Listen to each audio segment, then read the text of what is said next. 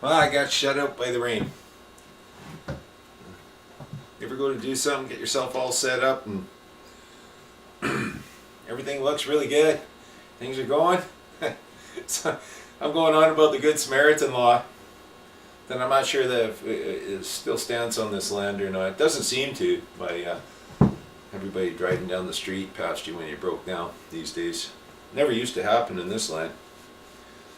But you know, I broke down on my old motorcycle, you know, in the middle of nowhere. Okay, this one time, can I tell you a story? This one time, a good friend of mine, my riding partner, Jim, and I, you know, we were having a Chinese food breakfast. And it was February, and we were up in Edmonton, and it was just such a beautiful day. And being avid, you know, bikers, I guess, loving the lifestyle and loving the ride, we decided, well, geez, let's go for a ride. You know, it was a beautiful day. It's kind of like a Chinook, eh? So we left. We decided to go to Saskatoon from Edmonton. It's February, like I said. So we're riding along the highway, and it was really nice out. And on the south side of the highway was like stubble and dry fields. And on the north side, it's almost like the Yellowhead route was dividing the weather or something. And on the north side, you could see the storms in the distance and snow on the ground. Hey, and it was quite a scene. I'm sure I'm not the only one who's seen these anomalies. Well, when that sun went down, boy, whew, we were frozen. Took a couple of bottles of whiskey to warm up once we did get there. But we decided to go down, go through Wainwright and North Battleford, and it's actually some nice country in the prairies and rolling hills and really good people that are down that way. And I don't know, I broke a chain or whatever. My chain wore out. And I rolled down the bottom of the hill, or I stopped. So Jim decides he'll go down and see the farmer at the bottom of the hill and see if maybe he's got some chain, because the thrasher and combine chains and that were 50 weight and would fit our motorcycles. So I'm standing there, and I got these two lovely, sweet, white-haired old ladies pull over to make sure I'm okay, willing to give me a ride, willing to help me out, willing to go get their kids to come and get me. You know, and that's Good Samaritan. And I mean, I've broken down, like the old Harleys weren't reliable like the newer ones. And so, you know, back in the day, I've broken down all over the place. Ontario, Manitoba, Saskatchewan, Alberta, you know, BC. And people always used to stop. You know, I was riding one time, you know, like I say, I was commuting from BC to Alberta to work. And so in the summer, I just leave my equipment and stuff in Alberta, and I just ride my bike back and forth to commute, come home and see my lovely wife. And one time I was on my way. I was just leaving. I was just on my way. I was in a line of traffic, and of course, you know how everybody loves to drive these little cars so fast and so tight, bumper to bumper, with their ABS brakes and their ride control. And so I seen this woman on the other side of the highway, and she's trying to flag down a car, and she's almost getting run over. Like nobody would stop for her, and you could see the kids. The background, she had like 5 kids with her. I think 2 or 3 were hers. So I go to put on my brakes, and the guy behind me almost runs me over. So I get my brakes on, I pull over the side of the way, I let the traffic go by, I make sure it's clear, and I zip over to her side. And I freaked her out, you know, because, you know, hey man, you're riding a chopper, and you know, you're wearing your leathers and stuff, and you know, you're traveling, so, you know, she didn't know who the hell I was. And so I just stopped, and I held up my phone and my AAA card, which is BCAA here. And I said, look, I says, I have a phone and I have a BCAA. How can I help you? And she told me what the issue was with the truck. So I phoned BCAA, and then we had her towed, and her and the kids got to town and safe, and a place where she could make a phone call and get some help. So, and this is another story where I was just heading out to pick up my paycheck, actually. And so I head out, I go get my paycheck. So I'm coming back the very next day, and I'm outside of, I think I'm between Jaffrey and Cranbrook. Look it up on the map. And I see a woman on the other side of the highway, just standing against the front of her truck with the four-way flashers on. So of course I pull over, and I go over to see her, and I says, hey ma'am, like, is there anything I can do? Can I help? And being an old school Harley rider, I keep tools with me. Even if I don't have to, I keep tools with me. I always have tools. So she goes, sir, I've been standing here for 3 hours. You are the absolutely only one that has stopped for me to make sure I was okay. And it really jerked me off. It really pissed me off that we've allowed society, we've allowed our culture to get so dumbed down. Like, I don't know what the legal society, what the corporate body politic has done to this land, but to this nation, to our culture. But there's no way anyone should be stuck on the side of the road without somebody trying, stop them to help. Now, I realize there's crazy folks out there. Absolutely. But at the same time, you can't tell me that there wasn't a couple of guys in a car that could stop, or there wasn't, like three nuns in a station wagon that could have stopped, where there, you have other people with you in a backup on the cell phone or something. So as I was ranting this morning, when I went up to get my wood, it was funny. I had left my lights on, and I didn't realize it. And I'm up in the middle of nowhere. Nobody usually comes up that road. It's not a well-traveled road. But it is hunting season. But it's a weekday. So, so I'm sitting there, now I can't start my truck. Alright, so 3 young guys show up right after, and they push my truck back, we get around, they get beside me, and they boost me, and I just thought the irony of it was pretty funny. I remember asking a cop for a boost one time. I think it was about 35 below 40-mile-an-hour winds in Saskatchewan one time. And he's like, "Oh no, man, my electronic equipment, I can't do nothing for you." Really? Really? Great.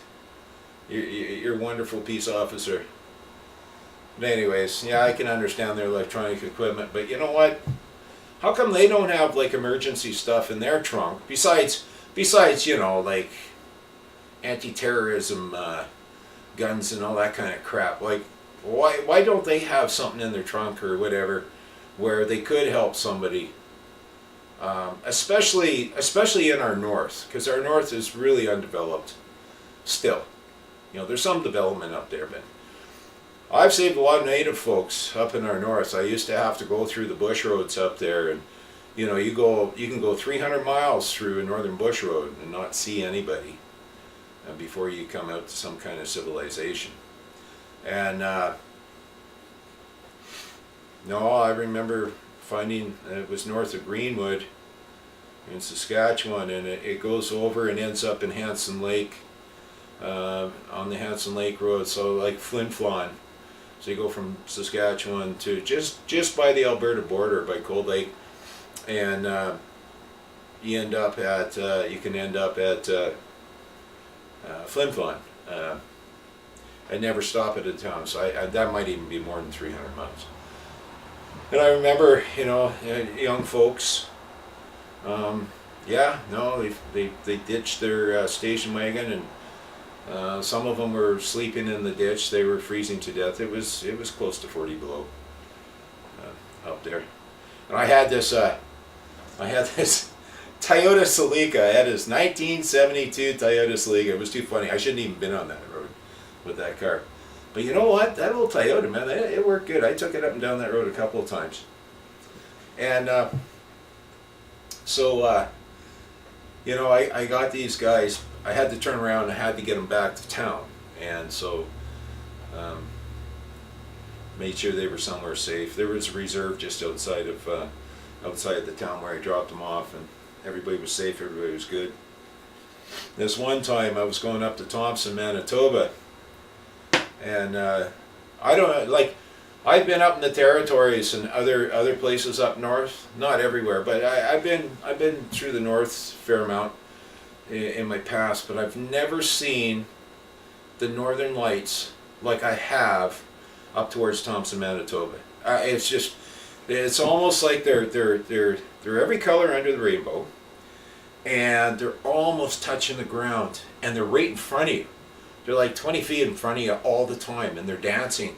And so you're driving and you're hitting the frost heaves. Hey, I had this Lincoln one time, and hitting the frost heaves, you know, and almost get mesmerized and drive off the road.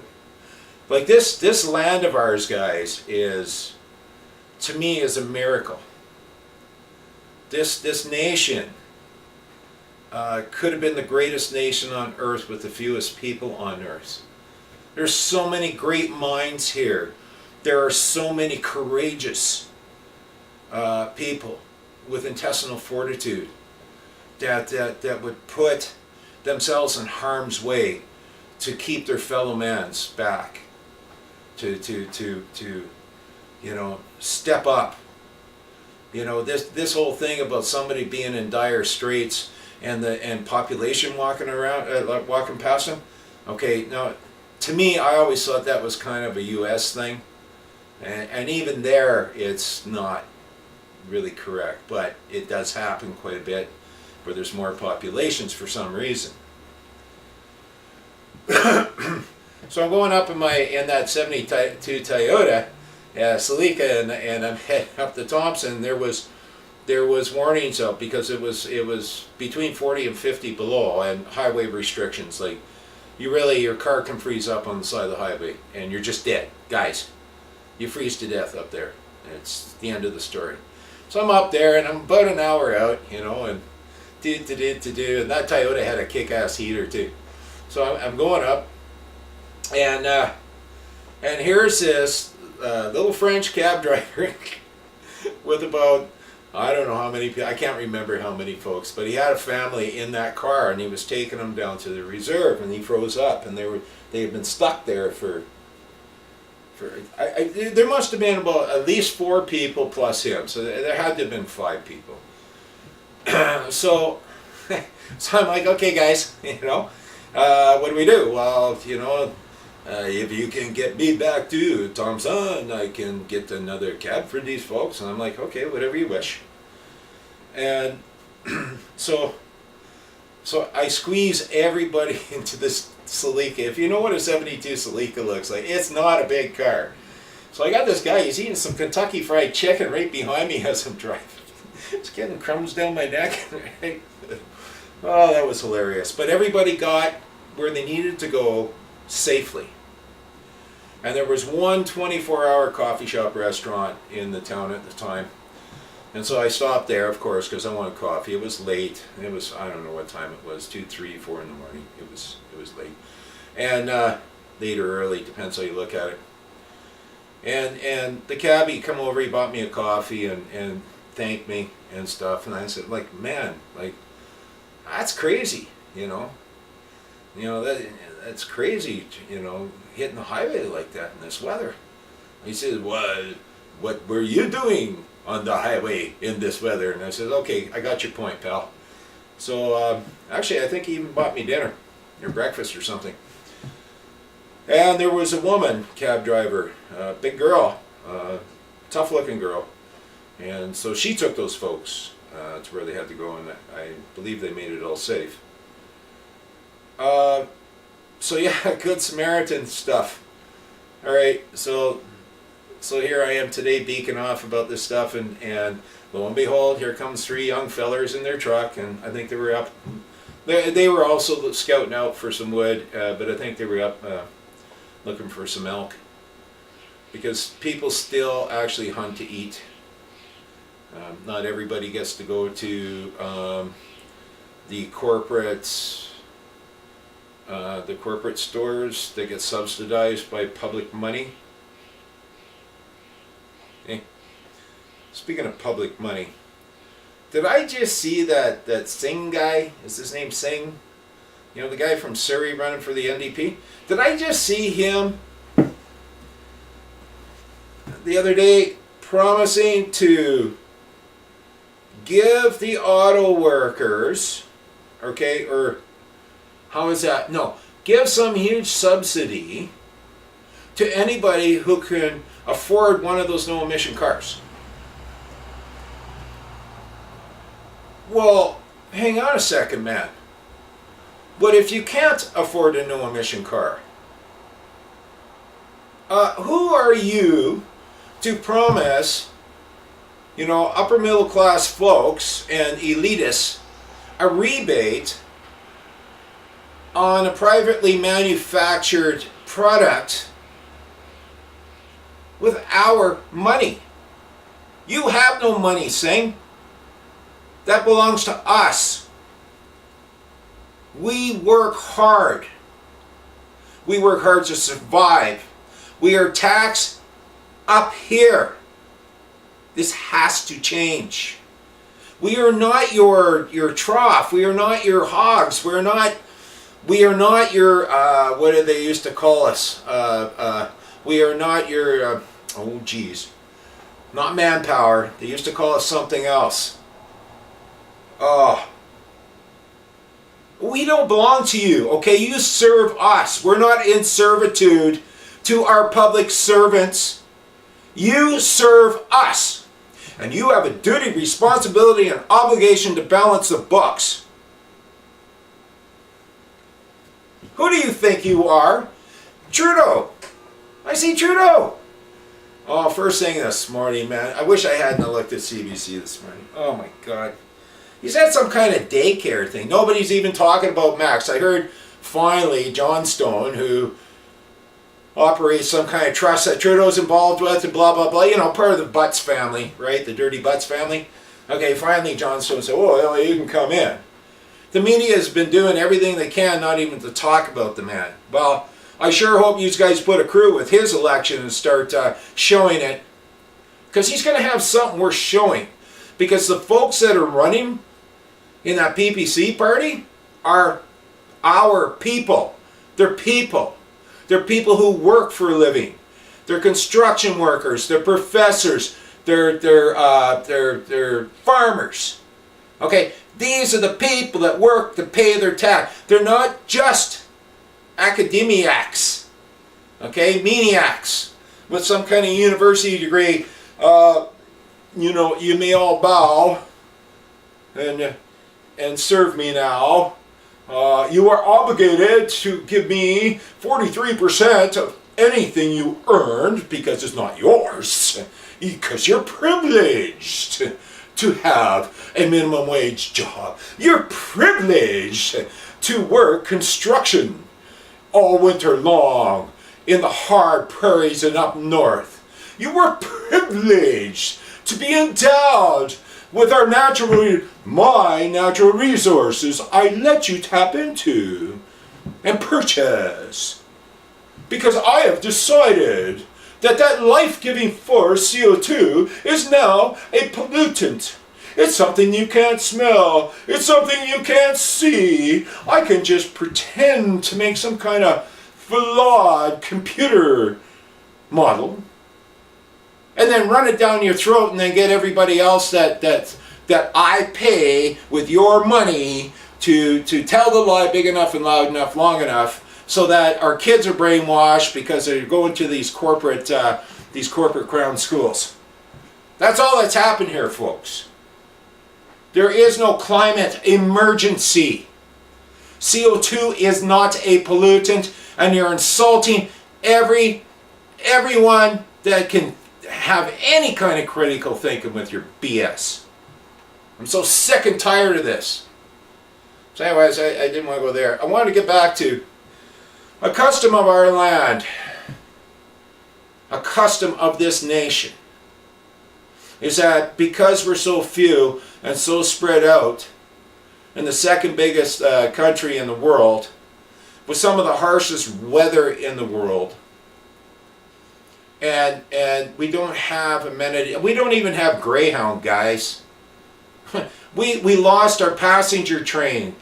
You know, the year Mulroney took away the passenger train in Western Canada, they expanded. They gave the American company, I don't know, what are they called, Amtrak or whatever they are. They gave them a bunch of money to expand into Ontario and Quebec. And then, and this is how they pit my brothers and sisters and my cousins from Eastern Canada with us of our nation in Western Canada. They do stuff. They throw your hard-earned money around wherever they see fit, and then blame it on your own people. And then they get you hating me and me hating you.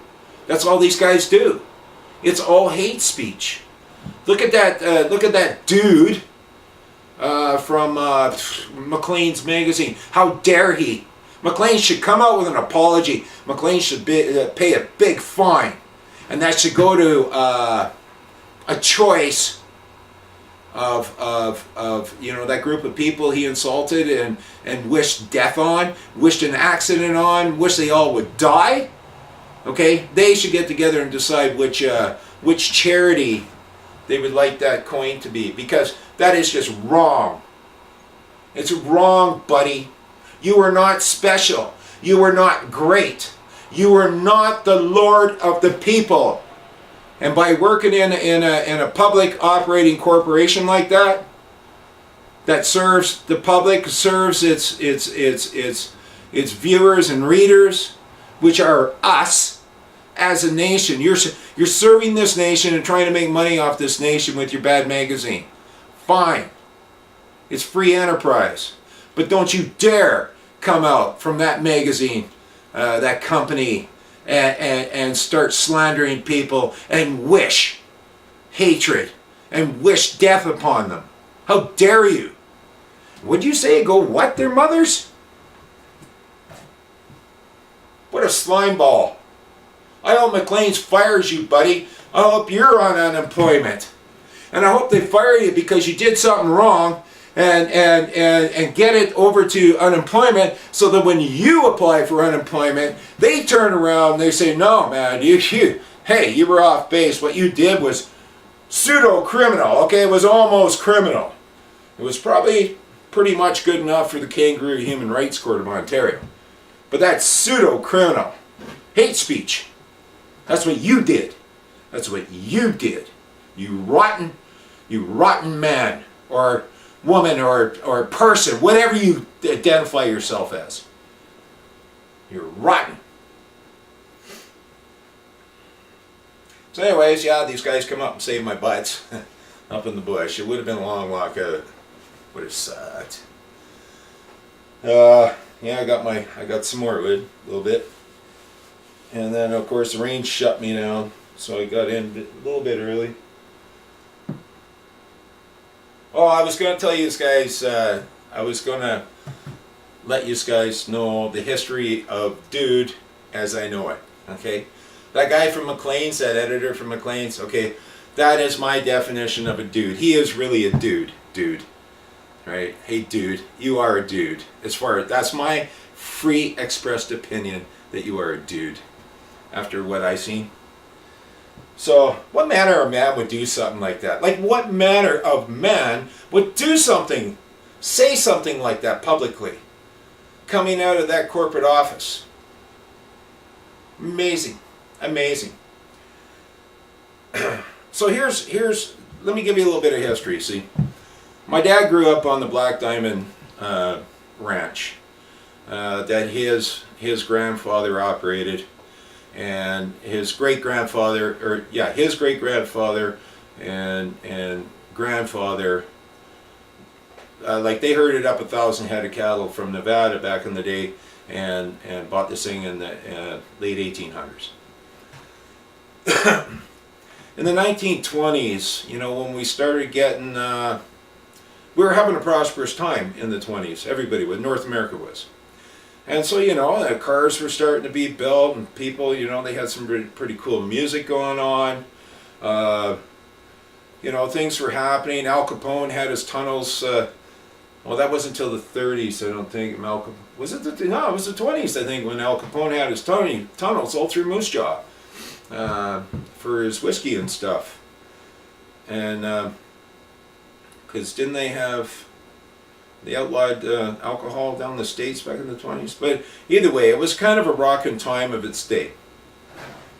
And so what would happen was that, you know, you'd have your ranchers, and then you'd have like people, and we still do, where, you know, they have horses and corrals, and they'll teach you riding, or you can hook up with a rancher and they'll take you out into, like over there was these slopes and through the foothills, and you can go for like a 4-day trek or a 1-day trek or whatever, right? Now a dude, back in the day, it was a veterinary term for a wart on a horse's cock. And what would happen was, these guys that did ride and work and rope and slaughter cattle and the whole bit, you know, these guys that work this land, and it's hard work. It's not easy work, okay? You know, the weekends, the city folk would come out to the ranch, or come out to a ranch, and so that's how the nickname Dude Ranch came about. It's not Hollywood's version, but there was actually Dude Ranch, like guys. Okay, that became a slang. It's like well, anyways, yeah, it became a slang. So they'd see all the city slickers coming out to go ride some horses on a Saturday or something, and say, oh yeah, they're heading down to the Dude Ranch, right? Ward on the horses. Anyways, you know, it's like back then when, see, even back in the 20s and stuff, they knew the word nice, okay, meant fool. It literally means fool, okay? Nice is not a good word to say to somebody. It's not, it's, nice is a very nice word to say to somebody, but now of course it's been slanged out, right? And they go, oh, what are you going on about, Al?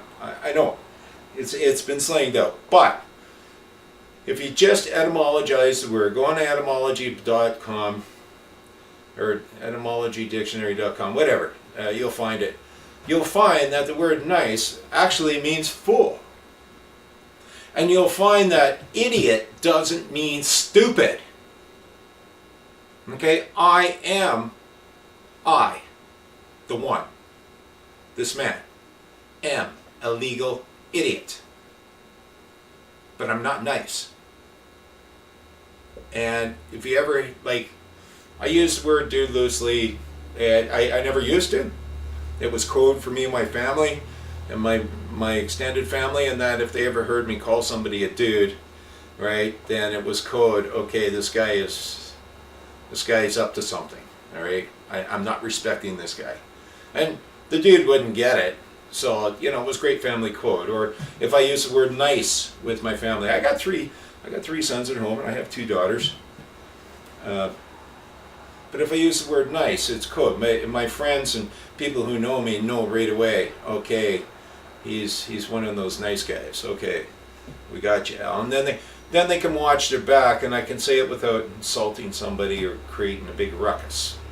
You know, they just go, oh thank you. Anyway, so idiot just means somebody who is not, like, I'm a legal idiot, right? I'm not a complete idiot, okay? There's a complete idiot too. And that would be somebody maybe disabled that just, you know, can't have a thought process. And you gotta remember, this is a man with a blind autistic son talking to you, all right? And autism is quite the, he's 30 now, and he's great. He's great, man. I learned so much from that man, Jordan. I learned so much from him.